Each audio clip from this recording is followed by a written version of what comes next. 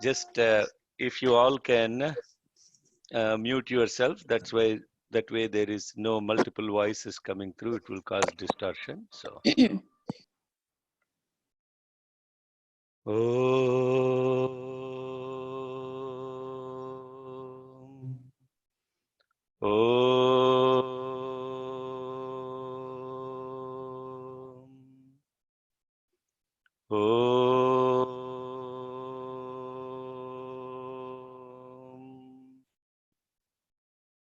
Om Bhurbhuvassuvaha तत्सवितुर्वरेण्यं भर्गो देवस्य धीमहि धियो यो नः प्रचोदयात्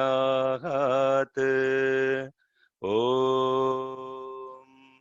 भूर्भुवस्सुवः तत्सवितुर्वरेण्यं भर्गो देवस्य धीमहि धियो यो नः प्रचोदयात्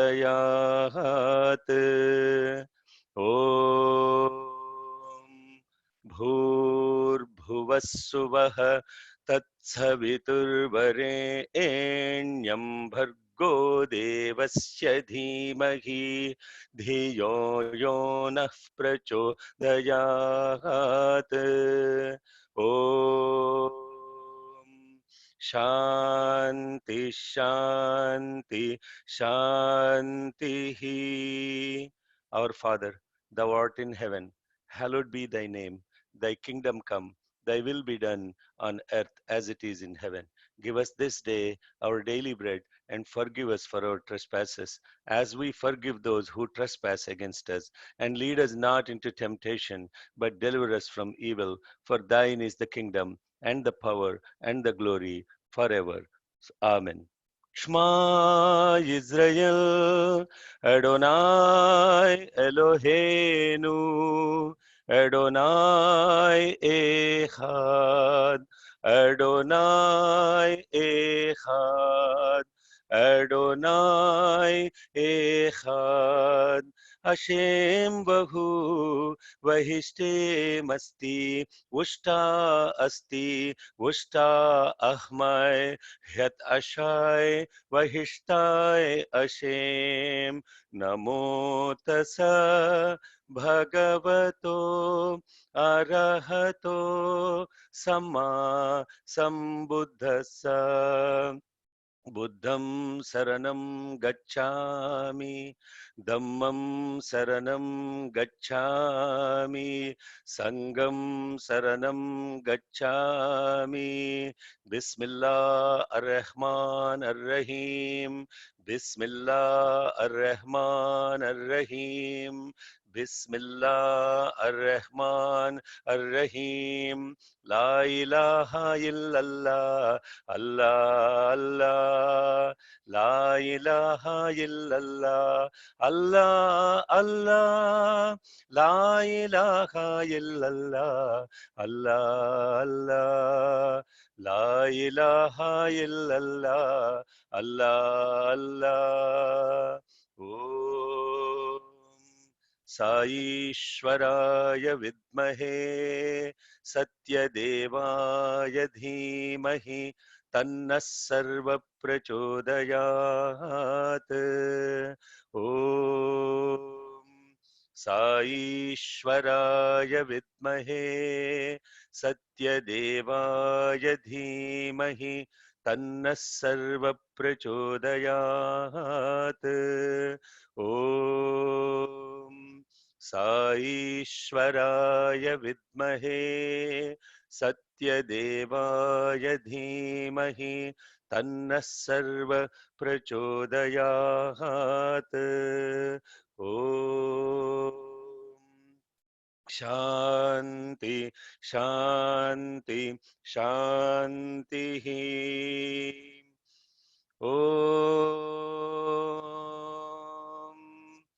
Ganana Antva Ganapati Gum Havamahe कविं कवीनामुपमश्रवस्तमं ज्येष्ठराजं ब्रह्मणां ब्रह्मणस्पत आनः शृण्वन्नोतिभिः सीदसादनम् प्रणो देवी सरस्वती वाजेभिर्वाजिनीवती धीनामवित्रजवतु गणेशाय नमः सरस्वत्यै नमः श्रीगुरुभ्यो नमः हरिः ओम्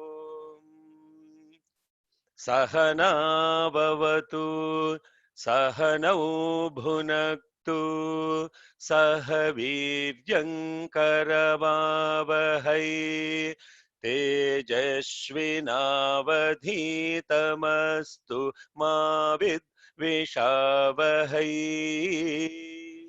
ॐ शान्ति शान्ति Shantihi. Let us all be together. Let us all be nourished together. Let us all work together with great vigor. May our studies shine and illumine our intellects. May we not hate each other. Let there be peace, peace, and peace. Om Sri Sai Ram, brothers and sisters. It's a great honor and pleasure. We offer our pranams at the lotus feet of our divine mother, father, teacher, preceptor, guru, friend, everything, including coronavirus. And that is Bhagavan Sri Satya Sai Baba. And you can see this beautiful altar behind me. That is our Sacramento Sai Center. And it is such an incredible opportunity that we just concluded before we went to Kailas this last year. Another third round of Sri Rudram contemplation and inner meaning and discussing word by word meaning. All those videos are along with the descriptions of each of these Anvakams is available on Sai Atirudram YouTube channel. So you can, many of you probably do not know that. So in the next round when we share it, you already know the Sai Atirudram YouTube channel. So if you go in there and there is a playlist with all the Sri Rudram videos. So the purpose of this particular study circle is not really to go into each word by word meaning, but actually to take the essence of each ruk or each yajus and contemplating on that. And we have actually making this Saturday, Sunday. So we will have the study circle Saturday, Sunday, and then we will send out the notes. But most importantly, during the week, when you are chanting the Rudram, take a few minutes to actually contemplate, go inside, allow the mantra to take inside you. So that is the most important aspect about this study circle point of view. So we are very grateful to Bhagavan to give this inspiration to do Sri Rudra Jnana Yajna. That is what we are calling this. There are a lot of Gita Yajnas that are conducted. Bhagavad Gita Yajnas are conducted.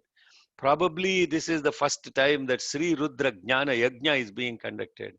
And usually when Gita Yajna is conducted, it's one person giving the meaning of it and the rest of us listening to it.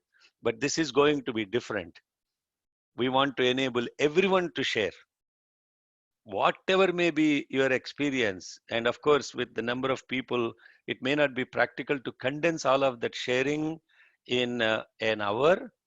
But if you have thoughts or if you have ideas, comments, etc., we will request you to either email, or if you have questions, you can also put it on the chat. One of us, and I request Brother Branimir to pay attention to the chat that is happening on the Zoom, so that if there is a question or a comment, we would be able to address that based on the criticality of time and other aspects. And there is also in Zoom, you can raise your hand. And of course, if all of you raise your hand, it's impossible. So one at a time. Okay, so today is a very, very auspicious day because one thing, we are just coming out of the contemplation in our coming into or coming being into the entire month of April in contemplation of Bhagavan's glory and story. And I know Brother Julius, who is also from Malaysia here, he has done an incredible effort to do 24 hours of continuous Rudra Parayana across the globe, starting at midnight in India. So midnight in India will be already starting in Australia and then carrying it all the way to midnight in India. So 24 hours of Akhanda Rudra Japam has happened. And since March 4th of this year, Rudra Parayanam has been happening continuously across the world, continuously, non-stop. And that is what really Swami has absolutely taken that energy, and then he's saying, now it is time for people. Every mantra is assimilated in our breath and our blood now. What does that mean to us? How do we connect to that? And now today is also Akshaya Tritiya. The third day of Vaishakha Masam is called Akshaya Tritiya. Akshaya means the one that does not decay. Akshaya. Tritiya is the third thing. You know, traditionally in Hindu custom, Akshaya Tritiya is the day when women actually want to buy a lot of gold, saris, amass wealth, so that it is believed that in Indian Hindu culture system, that if you did something today, it will come and stay with you and grow forever. Now you see why Swami chose Akshaya Tritiya to start a Sri Rudra Jnana Yajna is because what we are starting today is going to come and stay in our hearts and is going to grow in our hearts.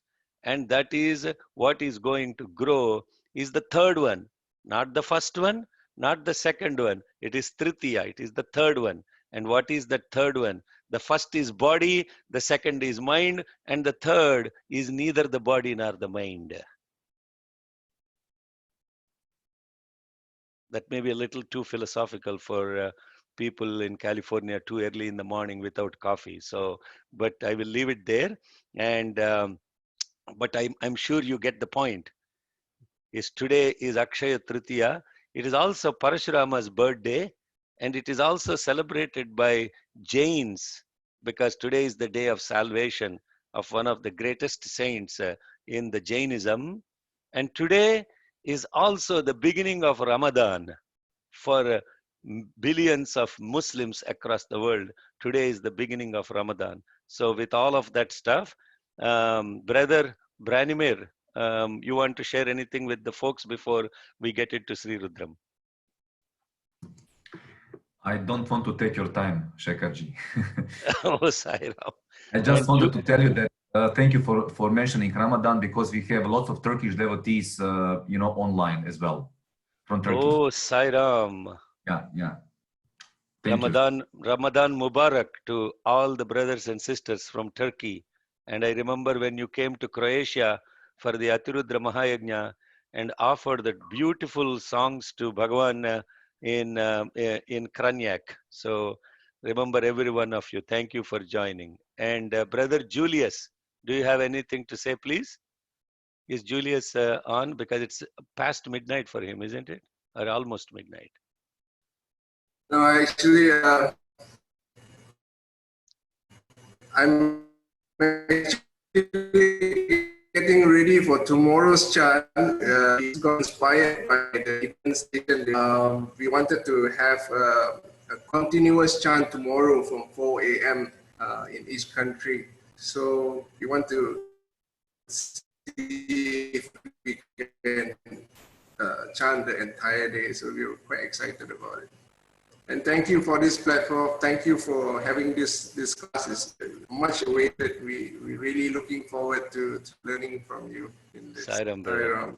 Thank you. Thank you so much. Okay, so I think um, very grateful that we are all together here. And so, brother, brother Branimir, do you want to start by chanting the each yajus by everyone, and then we can actually start with the dhyana slokas. And obviously, as I was mentioning to you, I will share with you the context of some of the meaning of what we are trying to contemplate on. Not every single um, mantra would be explained as I was mentioning, because it would take enormous amount of time and effort. So here is what I would like you all to see. I'll share my screen in a second. What we are trying to contemplate on is Sri Rudram. And very quick background on what Sri Rudram really is. Vedas first. Veda, the word Veda. The word Veda in English very simply means awareness or knowledge. Awareness means something that you recognize, cognize, knowledge. That awareness is present in every single particle in this universe. In some, that awareness is very, very low and it is patent. And in some species or in some living organisms, it is much higher than others. It is more patent, and in some it is latent. Just in the context of living things in this universe, there are 8.5 million living things, species, not living things, 8.5 million living species in this universe. This 8.5 million species, for example, insect is the largest species on this planet Earth. Just in one genera called arthropods, there are billions of insects. Now, I'm trying to paint for you the picture of what is universal awareness. If each insect has a little bit of awareness, just to comprehend the awareness of insect species in this universe is impossible even for the humanity, entire humanity put together. Cannot even understand what the awareness of living beings is in this universe. When I'm saying awareness, you may say, well, really, insects have awareness? Do insects have not the awareness, not in the context of what I'm calling as prajnana, but awareness of itself in the context of feeling hunger or feeling this, feeling that. That feelings is what I am also calling as awareness. Now, brothers and sisters, if you look at 8.5 million species and that entire awareness put together, that is what is called Veda. Somebody has a question, or they can. I can't mute it. I can't mute it. Sairam.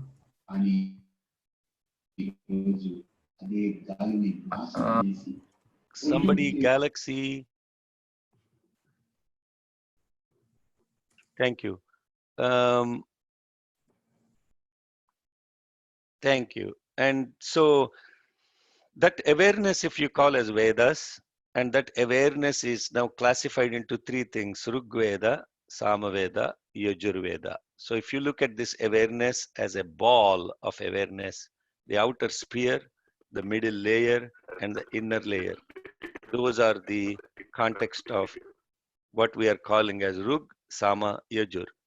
In that Yajurveda, the center of that Yajurveda, now we are going to the core of Yajurveda, that core of Yajurveda, the center of that Yajurveda core is Sri Rudram. And the center of that Sri Rudram is Namah Shivaya. Namah Shivaya cha Sivataraya cha. That Namah Shivaya is the center of that core of Sri Rudram. And that Namah Shivaya, the core of that, is Shiva. And therefore, Shiva represents the seed of awareness of the entire universe. Now, I will just pause there and see if there are anybody has any questions or comments about that, what we shared as awareness of as Vedas. Please unmute yourself and you can speak. Sairam, means the Om Namah Shivaya is the center of Sri Rudram. Namah Shivaya. In the 8th Anuvakam, Namah Somaya cha Rudraya cha Namasta Mraya cha Arunaya cha Namah Shangaya cha Pashupataye cha Namah Ugraya cha Bhimaya cha Namo Agre Vadhaya cha Dure Vadhaya cha Namo Hantre cha Haniyase cha Namo Vrikshebhyo Harikeshebhyo Namastaraya Namah Shambhave cha Mayo Bhave cha Namah Shankaraya cha Mayaskaraya cha Namah Shivaya cha. That Namah Shivaya, not Om Namah Shivaya. Namah Shivaya. Namah Shivaya. Namah Shiva. That's the center of Rudram. That's the center of Rudram, and Rudram is the center of Yajurveda. Yajurveda is the core of the Vedas, and beyond that is Samaveda, beyond that is Rigveda. Now this is the Vedas is three, Rug, Yajur, Sama. Brother Shekhar, can you comment on Atharvana Veda, please? Atharva Veda is a subsequent Upaveda. It is the next iteration of taking some parts of it and primarily related to the mother nature and the context of the healing aspect of most of the universe is Atharva Veda. It is a Upaveda. Thank you, Sairam. Any other questions or comments on what is shared? Shekhar Garu.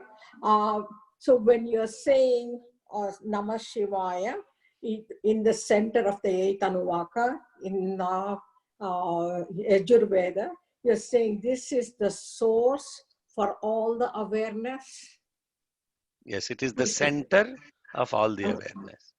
So that's the source and the force that comes from that point. That is the source, and the forces come out of that source, obviously. So she's asking a very interesting question. Just let's kind of build on the question. If you take a wheel and a rotating wheel, and Swami explained this to me in a dream very beautifully, and that rotating wheel, in the rotating wheel, there are several forces that come from the source, and that source, there is no force, but from the source in a rotating wheel arise all the forces. Maybe if there is a physicist on this call, maybe a physicist can better explain it, and my knowledge of physics is very limited. So that context of that source from which all the forces are expressing themselves, but at the source there is no force.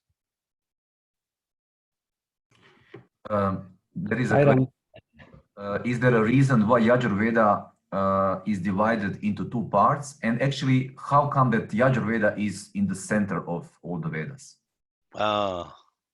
Okay.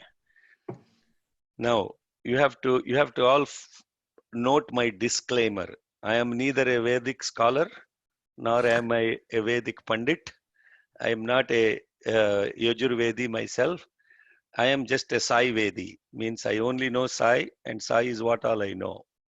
And in the context of Krishna Yajurveda, Shukla Yajurveda, what happened is, so in the context of understanding this universal awareness, why is Yajurveda in the center is question number one. And there is another question, why is Yajurveda divided into two parts? Okay. Now, I will explain it to you in a way that is common understanding. Yajus is basically about the context of invocation and inner connection.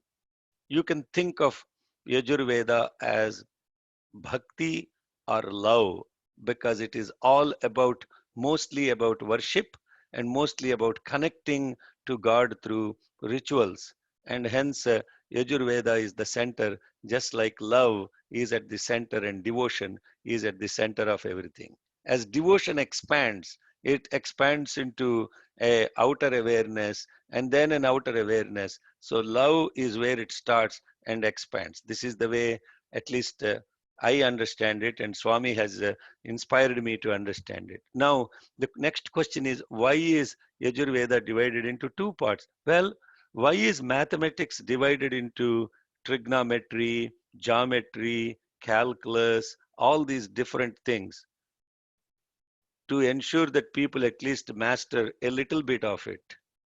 If the entire course is thrown at a student, the student will be confused. So the Vedas were subclassified into all different Aranyakas, Brahmanas, and all the different sub-classification has occurred so that people will at least take a little part of it and master it. Paya, can I say something? Yes, ma'am, please. Sandhya. The Vedas, from my understanding, it's divided into four. First came Rig Veda, the second was Yajurveda, and then when it became into devotion, it came in the form of songs. So that is Samaveda. And then, like you said, the Upaveda is Atharvana Veda, which is mainly medicinal and healing and treatment, and Ayurveda came from that. That is my understanding. So Yajurveda among the three will still be the center of the three Vedas. To add to this, sorry to interrupt, our friend Kusuma asked, why then in Bhagavad Gita, Krishna said that among the Veda, he is the Samaveda. Yes, because it is the transition from absolute reality to relative reality.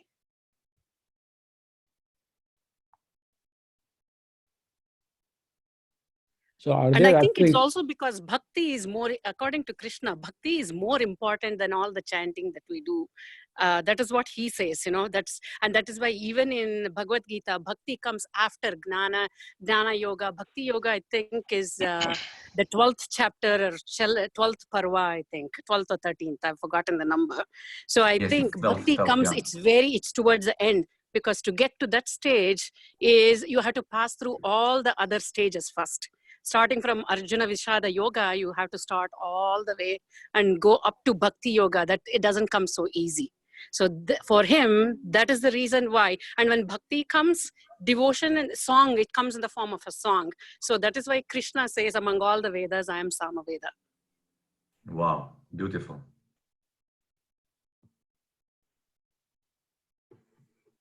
Okay. Now, as we are, yes, Sairam. Sairam Shekhar, I was curious how, I know you mentioned three Vedas fundamentally, and then what is the relationship of Atharvaveda? I'm getting confused by a few comments that are being made. So can you please clear up? Yeah, this voice sounds familiar. Who is this voice? This is Dhruv Kumar. You see Ramas, I'm logged into Ramas account. My wife. Oh, okay. Yeah, okay. So here is the context of where we should be. There is the context of all this knowledge about Vedas and how they originated, and the context of how people interpreted this, all of this. But my request to all of us is, as Sai devotees, most of us on this line here, We are about universality. And when in the context of what I'm trying to explain, there is no Hindu context here. When we talk about awareness as existence, that awareness is universal awareness. And in the context of what we are talking as even the two letters Shiva or Rudram, they are nothing to do with the Shiva that we interpret in Hinduism as a form that is existing with all these cobras around him, and all of that is iconic form that is perceived by people. But if you look at the Rudra Dhyana Shloka that is invoked before chanting Rudram, how is this Rudra defined as? Apatala nabhastalanta bhuvanat brahmandamavisphurat jyoti sphatika linga mauli vilasat purnenduvantamrutai astoka plutameka misha manisham rudranuvakan japan dhyayet ईप्सित सिद्धये ध्रुवपदम vipro abhishinche chivam. In this description of the invocation sloka of Sri Rudram, there is absolutely no description of any form that is conceived as what we Hindus perceive really truly as a form of Rudra. And I know brother probably signed off, our brother Julius signed off yesterday. I was talking to him. Now I'm going to share with you this particular sloka and the meaning of this sloka, and I'll share it on the screen. Now we are transitioning into the main topic of Sri Rudram, and let's get into. Sairam, Yes, can Sairam? can I ask one thing? Yes. So Samaveda is something like we can understand, like it is a song from heart sung with love, something like that. Mm-hmm. Yes, I ma'am. don't know. Yeah, Is it like you are that? right. Whatever you feel it is correct. Okay. Okay. If you feel Samaveda is a beautiful song of God, it is true. Okay. If you feel it is the beautiful mantra of God, it is true. Okay. Anything that you feel in love for God and 100% pure love is true. And then the rest of the intellectual exercise, we can read books and we can figure out. But what I'm trying to transition from, I know Brother Kumar asked the question, what is Atharvaveda? I'm confused about all of this. I want us to come back to the main topic of interest here, which is study of Sri Rudra and Sri Rudram. And there are two dhyana slokas that we invoke in Rudram. The first one is Shuddha Spatika Sankasham Shuddha Vidya Pradayakam Shuddham Purnam Chidanandam Sadashivamaham Bhaje. We will send you the notes of this, but we don't know who is all on the study circle, so we will post it to everybody.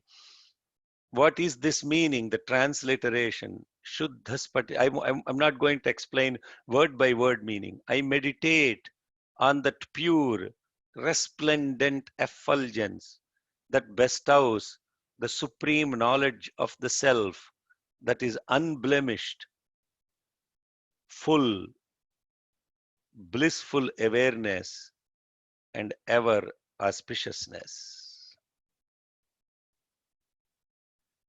So brothers, there is no mention of here. Sada Shiva is really about ever auspiciousness. Sada means eternal, Shiva means auspiciousness. So the word Shiva that we were talking about, when we come to the 8th Anuvaka study, we will spend a lot of time on Namah Shivaya, but just to understand the context of the Shiva in Sri Rudram, whether you are a Hindu or a Muslim or a Christian or a Jew or a Parsi or whatever, whoever you are a human being. And the human being aspect of it is connected to this beautiful, resplendent effulgence that allows or bestows the knowledge of the self, which is neither the body nor the mind. And that knowledge which is unblemished, full, blissful awareness, and ever auspiciousness.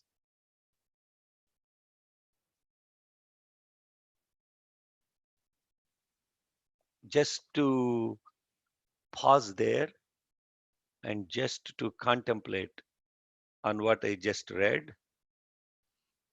itself will stop the mind from wavering.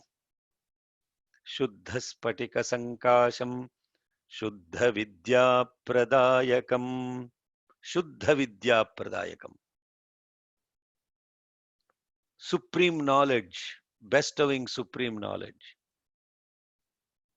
which is the knowledge of the self, that is unblemished, Shuddham, Purnam, full, Chidanandam, blissful awareness, and ever auspiciousness. I am meditating upon that.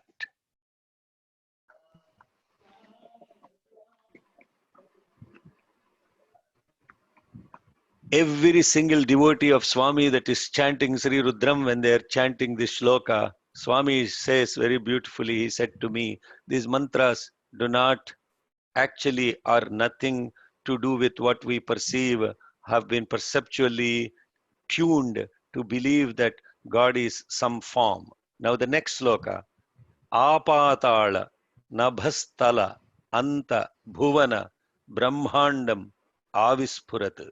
Now I split those like that so that each word, for those of you who are connected to the Sanskritam, can also opine of it. When we are chanting it, Apatalana Bhastalanta Bhuvanat Brahmandama Visphurat Jyotisphatikalinga Mauli Vilasat Purnenduvantamrutaihe Astokaplutamekamishamanisham Rudranuvakanjapan Dhyayedipsita Siddhaye Dhruvapadam Viprobhishinche Chivam.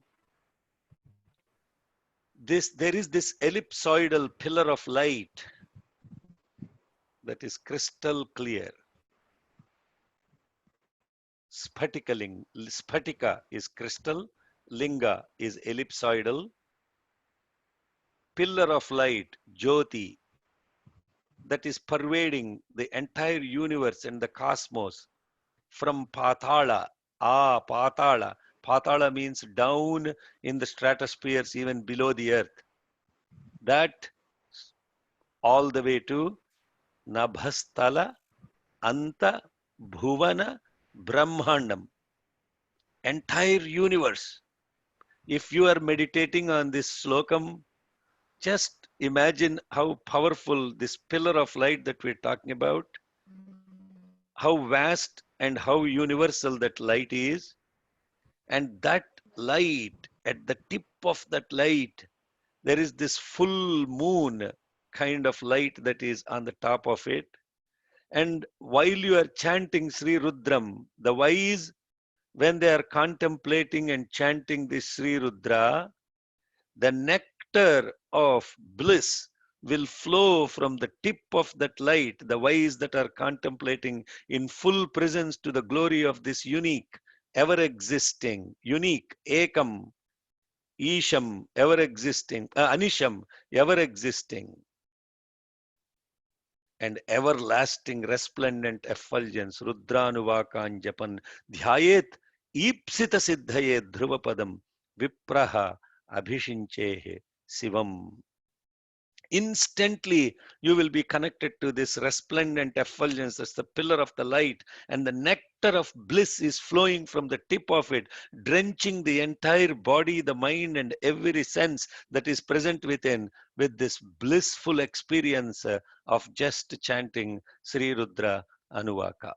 These are what are called dhyana slokas. And these dhyana slokas are, and there is a third dhyana sloka I will come to in a second. But let's pause there. Let's pause there and ask the question. I will unshare the screen now, or I can keep the screen so that you all can see it. And brother, you are capturing the questions. Any questions, comments?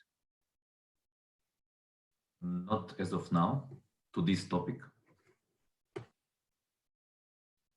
So everybody is blissed out, very happy.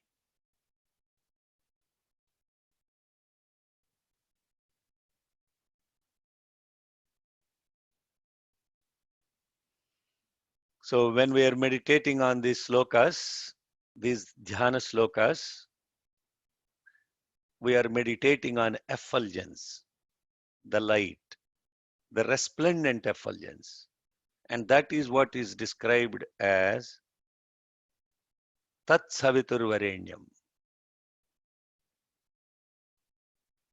Bhargo Devasya Dhimahi. Dhi yo yo naha prachodayat. In that mantra, we are asking that resplendent effulgence, the everlasting effulgence, to illumine our intellect. In the context of invoking Sri Rudra Dhyana, we are invoking this effulgence that's going to drench our own consciousness and our own presence with this beautiful divine nectar of bliss.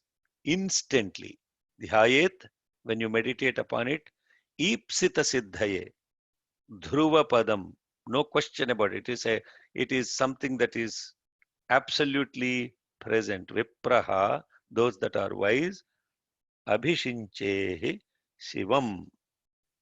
Any questions, comments? Otherwise, yes? There is one question about Jyotirlinga Mandiras from Davar.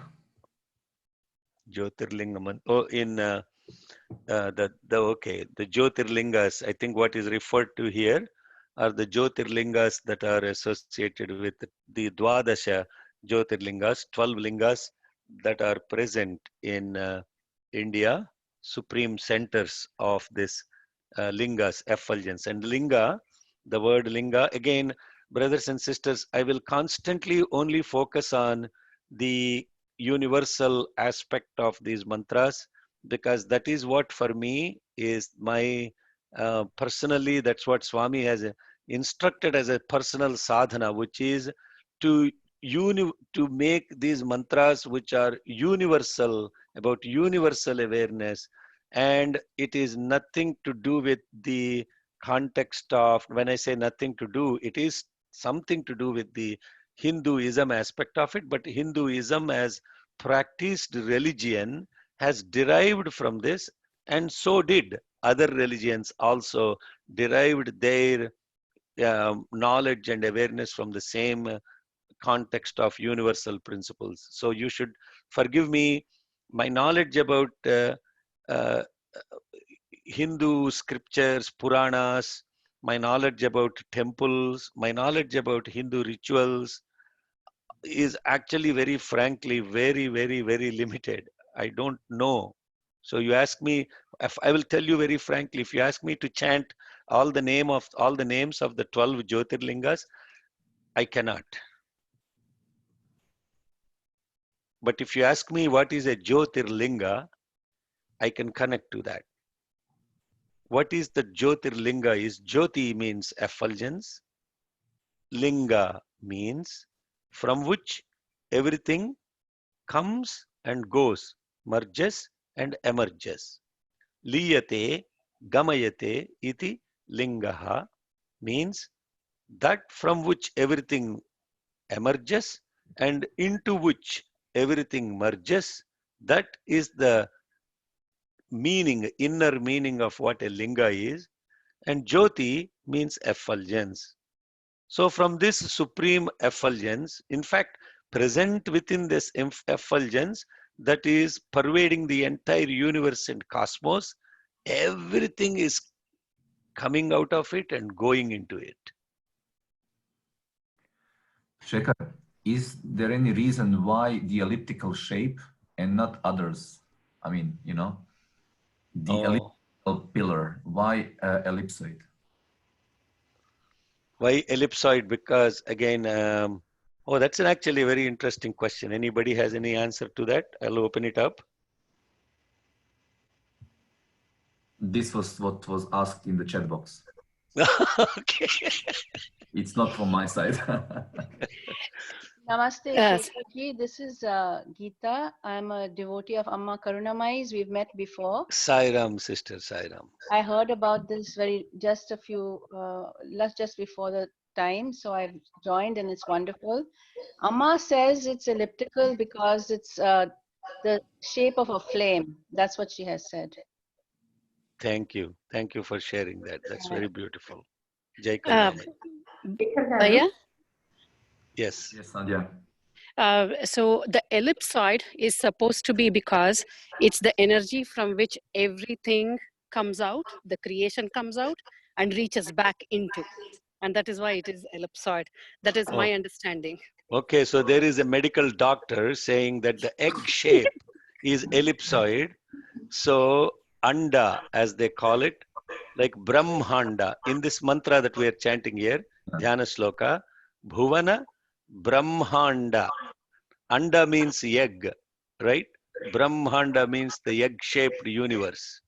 Yes. So apparently, so this that's a very beautiful medical answer. Thank you, Sandhya. Now, Sai Ram, it's not Sujata here. Sujata here. So the ellipsoid, everything is in ellipsoid shape, including if you look, take a nucleus and atoms and everything that's going around is also not in totally round. It is ellipsoid, and there's no beginning or end to it, and its starting point and ending point. There's no. You cannot tell where it starts, where it ends. So everywhere it's all ellipsoid. It's never totally circular. That's my understanding. thank you, Sujata Garu. Thank you. Shekhar Sairam. Garu. Premasai Raghuram Kunduri asked, is it reasonable to be having an expectation to stay with the source always? Not awareness of source, have a strong connection with it always. Yes. Is it possible? Is the question. Is that the question? Yes, that's the question from Premasai Raghuram. Okay.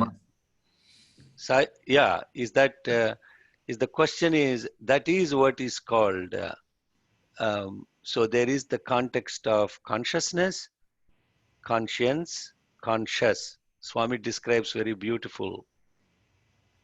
Being aware of your own body and the individual self is conscious. Being aware of that in the context of your antakaranas, your inner presence, is conscience. Consciousness is neither of those, and beyond that. Is it possible to be that? Yes, there are great Mahatmas that have actually demonstrated and showed that it is possible. Bhagavan Ramana, Ramakrishna Paramahamsa, Aravinda Mahayogi, and you can go on and on and on. Jesus the Christ, Moses, Muhammad, every one of these great messiahs and great Maharshis and Paramahamsas and yogis, infinite in number, have demonstrated it is possible. Now, you ask the question, it is possible, but it is possible to explain it. And the answer is no. Because consciousness is not an object of experience, consciousness is. And therefore, it is possible, but not practical to explain it. Yes.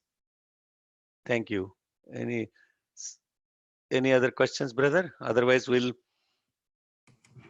Yeah, please go on. So we are going through these Dhyana Slokas today. And before the next Dhyana Sloka of Sri Rudram, the essence of that is unity in diversities. Brahmanda Vyapta Deha Bhasita Himarucha Bhasamana Bhujangaihi Kantehe Kante Kalah Kaparda Kalita Shashikalah Chanda Kodanda Hastah Triyaksha Rudrakshamala Pranata Bhayahara Shambhava Murti Bheda Rudrah Sri Rudra Sukta Prakatita Vibhava Na Prayachantu Saukhyam. This is now the previous one is without any form, association with any form. Now this particular is particular dhyana shloka is describing some kind of form associated with this Rudra context. Now I will not go into the each and every word meaning, but I will read the transliteration meaning. We contemplate on different forms of Rudras whose glory is elaborated in the Sri Rudra Sukta that are all pervading with glowing bodies adorned with vibhuti and snakes, black necks, matted hair with a trace of moon, hands carrying bows and arrows, three-eyed, wearing Rudrakshamalas, and the mere remembrance of whom destroys the fear and bestows peace.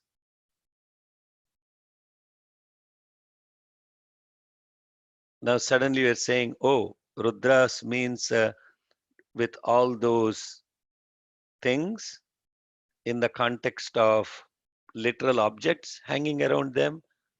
You can all contemplate on this, but the beautiful aspect of this is different forms of Rudras whose glory is elaborated in the Sri Sukta. So this context of this now is name and form, which is manifested now in the real world, that names and forms are a myriad of names and forms, and all of those are elaborated in in Rudra Sukta.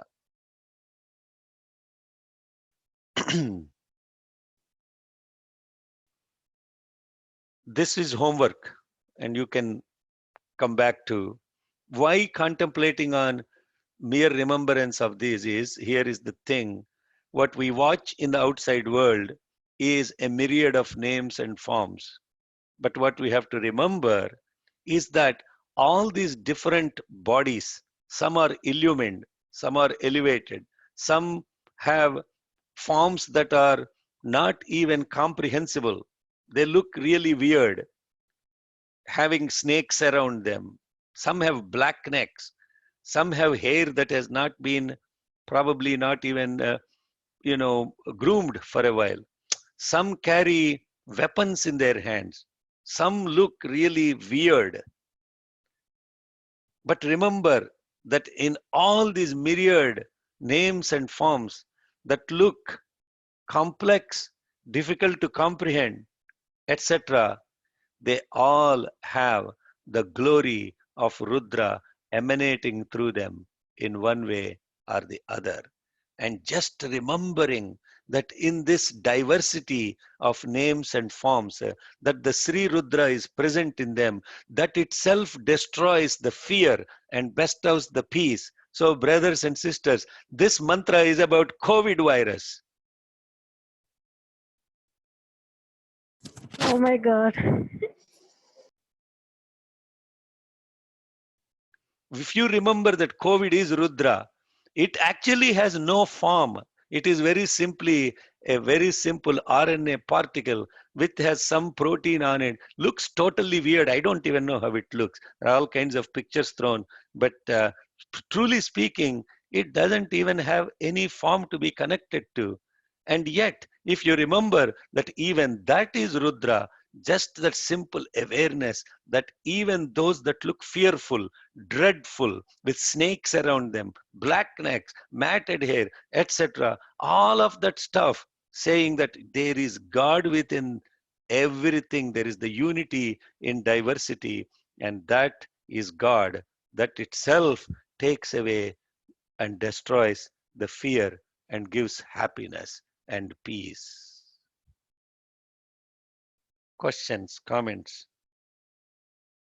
I want to hear from my German friends, my Italian friends, and my Swiss friends. All the Europeans. I know English is not your, apologies that English is not your first nature, but you can speak, and maybe Branimir can translate at least a few of them, right, Branimir? Oh, Sairam. Yes, sister. But when fearful things like what you said, the COVID or harmful persons, when they are out of the sight, we can be okay, it is okay for me. We can think Rudra or God in them, but they are in our life causing harm to us. It is not possible to think God in them. How can we contemplate? Yeah. It is very difficult actually. Yes. So you bring up a When very the good ones point. we are who loves us, we can very well think God is there within them, but I don't know Yes. how we can. Very, very important question, but also very, um, how should I say? It's a question. Anybody has any response to sister's question? It's not me that needs to be answering every question. So this is study circle, so I'm only facilitator. Sairam, Sujata, why is Rudra coming in the form of COVID at this point in our life? What is the significance of it? Maybe if we can understand that, maybe we won't be that fearful. I have my own personal opinion about it, but why is so there is what is called mass balance, and dharma is really about rebalancing everything in Mother Nature. The atrocity of 1 out of 8.5 million species probably has gone to such an extent in selfishness and self-indulgence. And imagine if a few million species, like I hear in India now, you don't even find sparrows. And there are many species on this planet that have been wiped away because of what we have indulged in as a human race. And if one race out of 8.4 million species, one species, is totally taking over, exploiting Mother Earth, exploiting 5 elements of nature, exploiting every species, and atrociously even eating insects, eating snakes, eating bats, atrociously indulging in that kind of thing.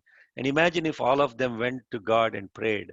And this is what I shared on the March 14th. If you look back at the videos, that's when this thought occurred to me, that they all went to so-called God and said, and the God who is present in 8.5 million species, a few million went and prayed to him and said, can you please readjust the mass balance equation?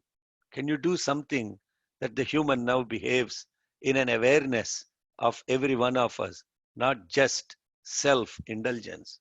What would God would have done?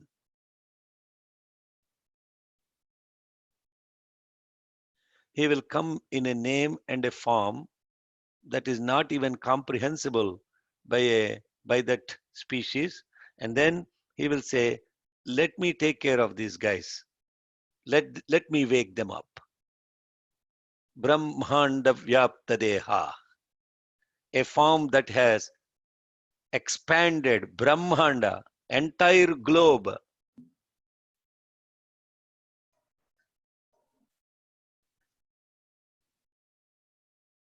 And we are clueless.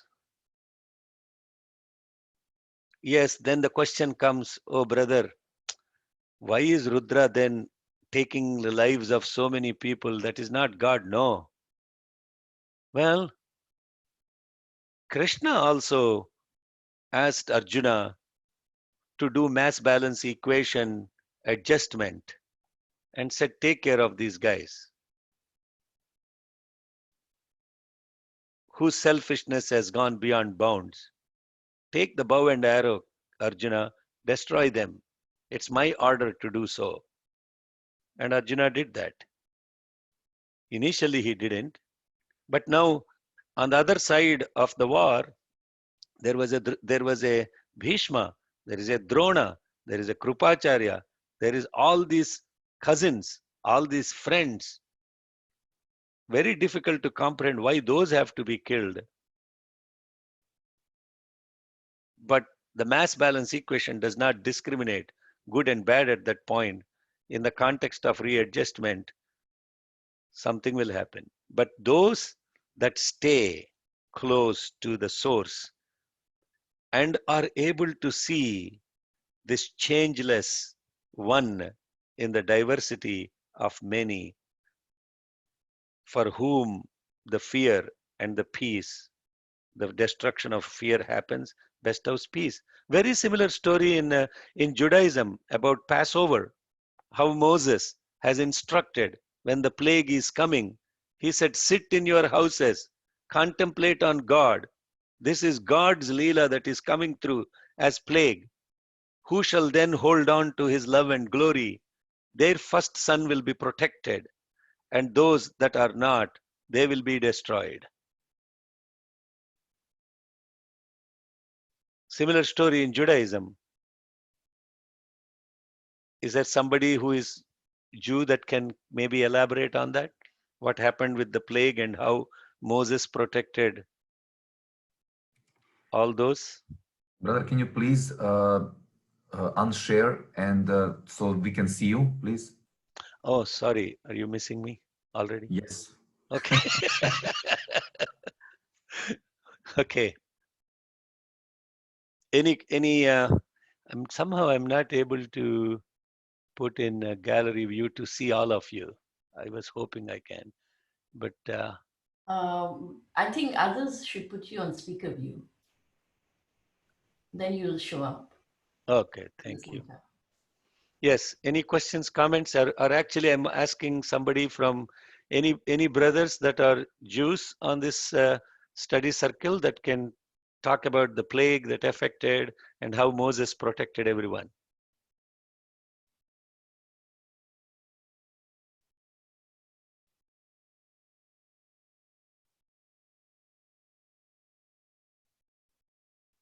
Wow, okay. I'm seeing a lot of comments. Brother, any questions or only comments? Most comments in between the group members. Sairam, there is one question here. I can tell you something here. Yes. Uma Srivatsa is saying, harming me. Who is me? We think it is the body, but the lessons are for the soul, which is the real me. Sairam. I don't know if you want to comment on that. Yeah, I think the context, there are the question that sister asked was very important question. When somebody is hurting me, how can I not protect myself and therefore have to think that there is God in the person that is hurting me? It's a very, very important and very complex question.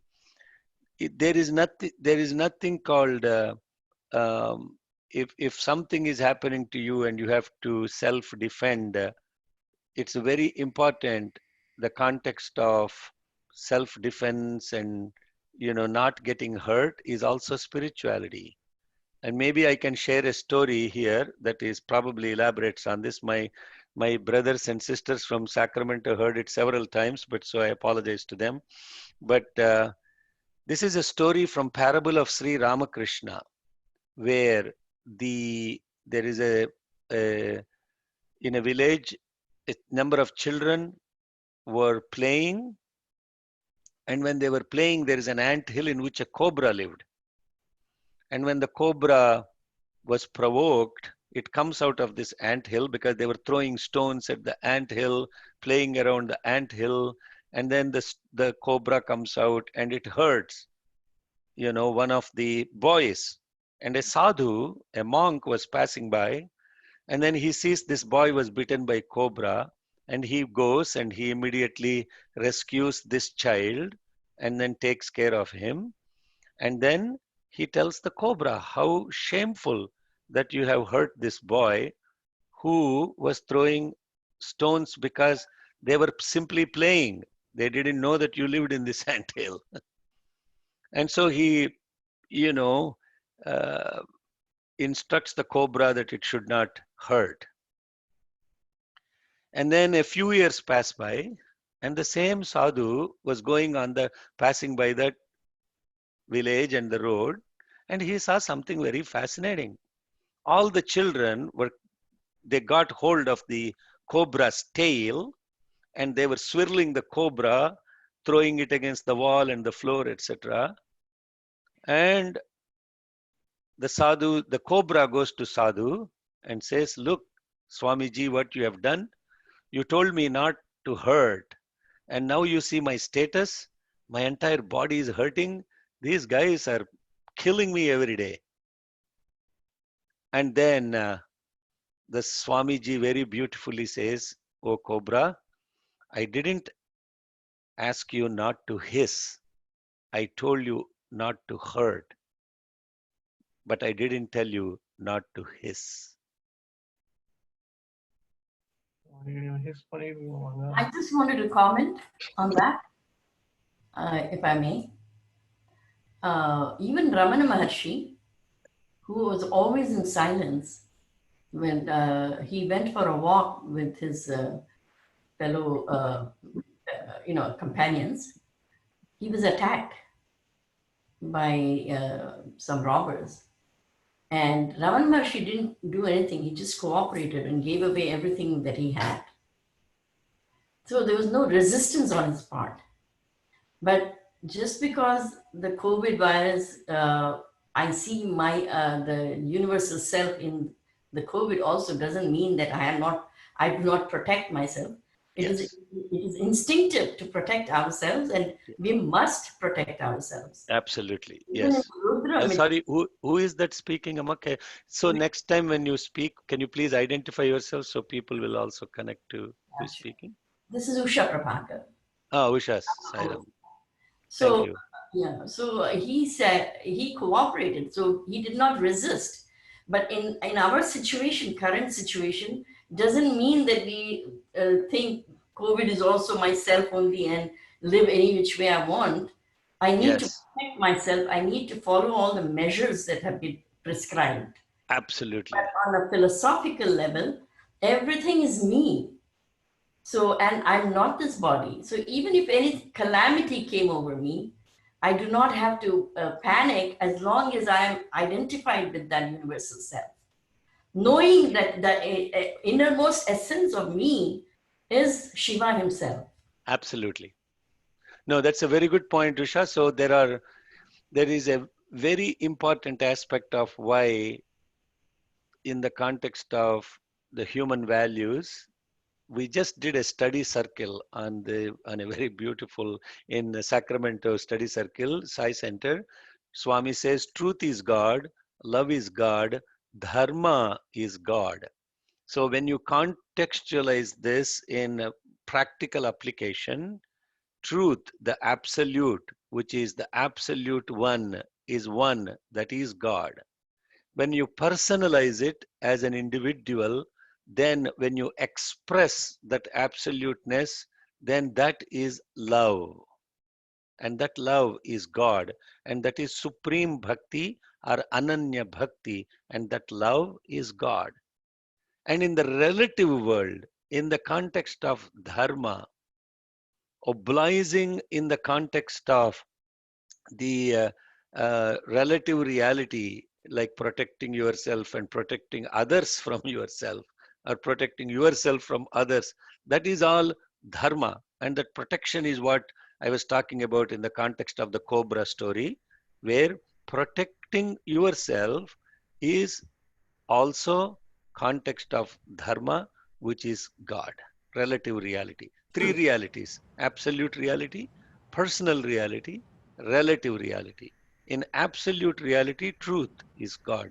In personal reality, when we express it, love is God.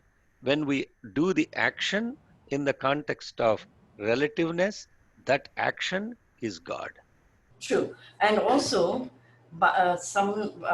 many people think, why did this COVID come about?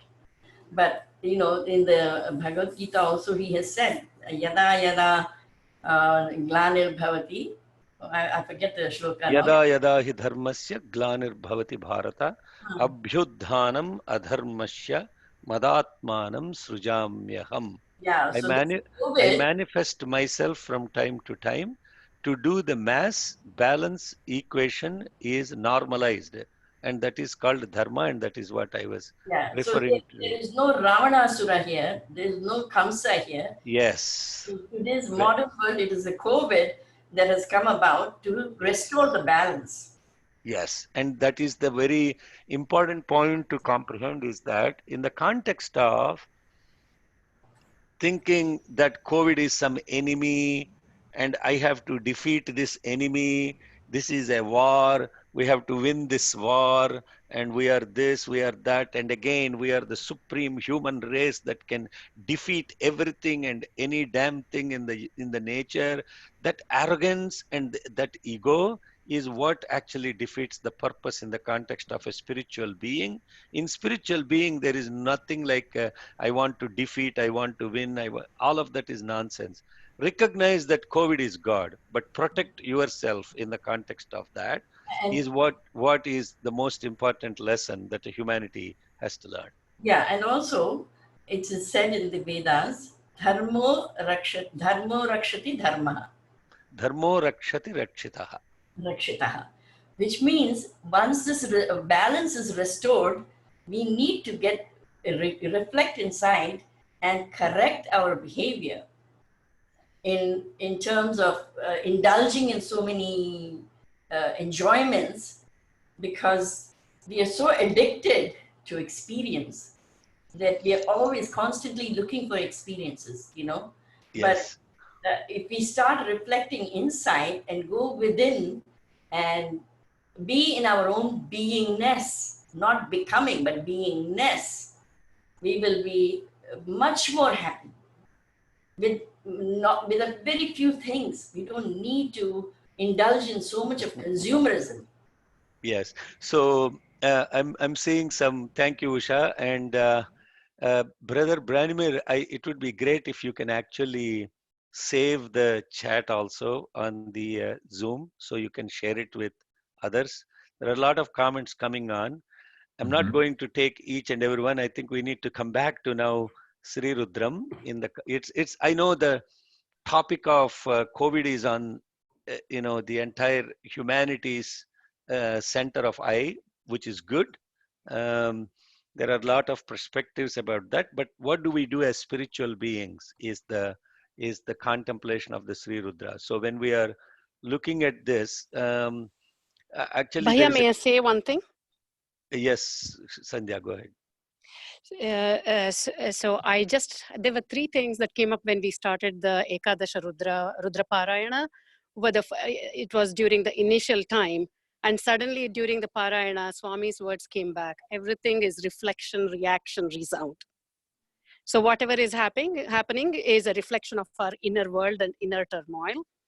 And then a few days later, it said, "Why fear when I am here?" So like you said, there is nothing to defeat, nothing for us to do, but to be street smart, not to be afraid. And then on the final day, when you were doing the Abhisheka, suddenly there was this vision of the globe, Earth, getting a good wash. It's like a car wash.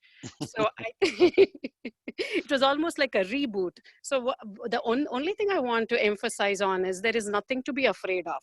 Fear induces a depression in the immune system. And if we are everything, there is nothing to be afraid of. And we have to hang on to Swami's words, "Why fear when I am here?" Right. And that is now going back to the Dhyana Sloka that we're talking about. So Even can I? Yes. Who is that, Amas? Please say your name before you speak. Sairam? Bala wanted to say something, right? Yes, Bala, go ahead. Sairam Ridhashekar. Sairam, Bala. Okay, this is my thought. See, everybody in the entire world, people are thinking we can go to moon, we can go to Mars, wherever we want, we can go. God has decided that without my will, you cannot move out of your house. That's what it is. His wish is that without my will, you cannot move anything. People should realize that one power is there beyond our capacity. One superpower is there, which is creating the which is handling the entire universe. That's what at this juncture we should realize that. Thank you, brother. And I think the instruction from Sairam, God is to go inside, not outside. so Sairam, I was the one who asked the question previously. So Yes, Amma. what I What's your understood, name, Amma? Please, can you? Rama Devi. Okay, Sairam. Rama Devi. So what I understood from your saying is that we can protect ourselves by thinking that they are not harming my true self, and by contemplating on that we can also think God in others who are harming. Is that so? Yes, so you can protect yourself always, and nobody can harm you if you are able to connect to the God With the within real every. self. Yes. Okay. Yeah. Oh, Thank you for that. thank you. That's So what I understood now. yeah, Thank you. and then the instruction from God, as Bala is talking about, is instruction from God is go inside, stay inside. Go inside. I hope you're getting the pun there. Go inside and stay inside. Even if you go outside, stay inside. That's confusing. Shekaran, I wanted to add something, Anna. This, Yeah, go ahead, Sairam. Who is this? yeah, Sairam Anna, this is Venkatramana Ganisetti from Charlotte Sai Center. Yes, Shapna Sairam. Yeah. So basically, we got some message from Sai Swami, and the reason for the COVID and the COVID thing is because the people are totally irresponsible. They don't have love. They have a lot of hatredness, and they don't have responsibility towards Mother Nature and other living beings in the universe. So that is the thing, like Swami said. And then it is, even this COVID is also his krupa to, as you said, to rebalance the things. And from this, what is my takeaway message from this message is, at least as an individual, I should be more careful and more vigilant towards my responsibility to the Mother Nature. So, as Swami is told in 9-point code of conduct, at least we have to practice on sealing and desires. Yeah. If you just think about regular shopping or regular purchasing of things, whatever you buy, though the money is yours, the footprint that the product that you are buying puts on the environment is a lot. Yeah. So at an individual level, we should do whatever we can to protect the Mother Nature. Yes, Sairam. So I think I'm sorry, I apologize. We are past our 1 hour. God, brother, Branimir, I apologize for that. I think this is a great discussion. Thank you all for joining. Tomorrow we'll resume at the same time, and we will send the notes from this, and we will also send you the first 5 anuvakas, the first 5 mantras summary of the Sri Rudram. This is Sri Rudram study circle. I want us to stay focused on Sri Rudram Jnana Yajna and not COVID Jnana Yajna, because I know COVID is what we are most focused on right now. But let's contextualize the Sri Rudra awareness, and obviously the COVID will be. This is all passing cloud, so we will come. This is I know it is force front and center of everybody's mind, but let's focus on Sri Rudra Jnana Yajna. With that, thank you all for joining, and Brother Branimir, thank you for enabling this platform, and we'll close with Om and 3 Shantis. And before that, we will do 9 Samasta Loka Sukhino Bhavantu. Please chant along as well.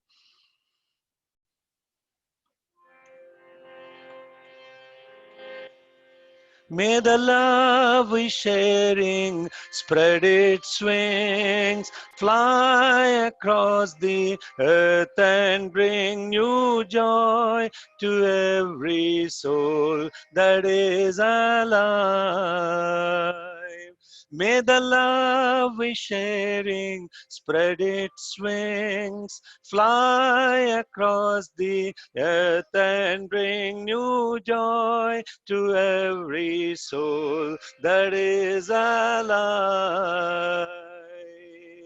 May all the beings in all the worlds be happy, Swami. Samasta lokasu kino bhavantu. May all the beings in all the worlds be happy, Swami. Samasta lokasu kino bhavantu. May the love we sharing spread its wings, fly across the earth and bring new joy to every soul that is alive. New joy to every soul that is alive. Samastalokaha Sukhino bhavantu. Samastalokaha Sukhino bhavantu. Samastalokaha Sukhino bhavantu. Samastalokaha Sukhino bhavantu.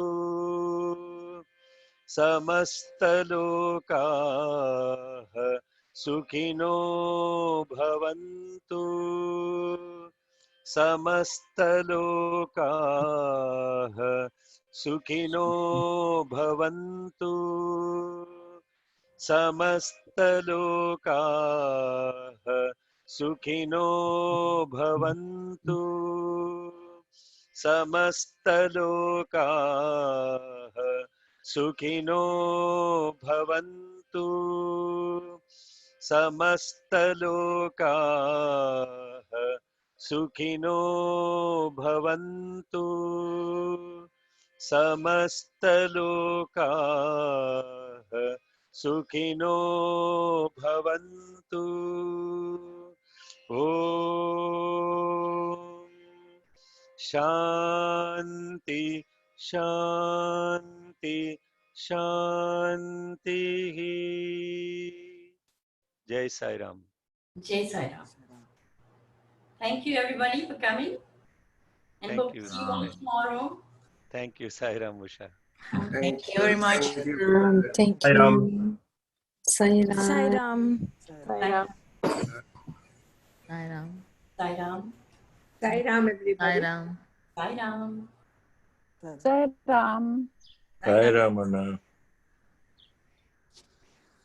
Sai Ram, and thank you. Sai Ram. Sai Ram. Sai Ram. Sai Ram. You close it like this. Thank you, Sai Ram. Sai Ram.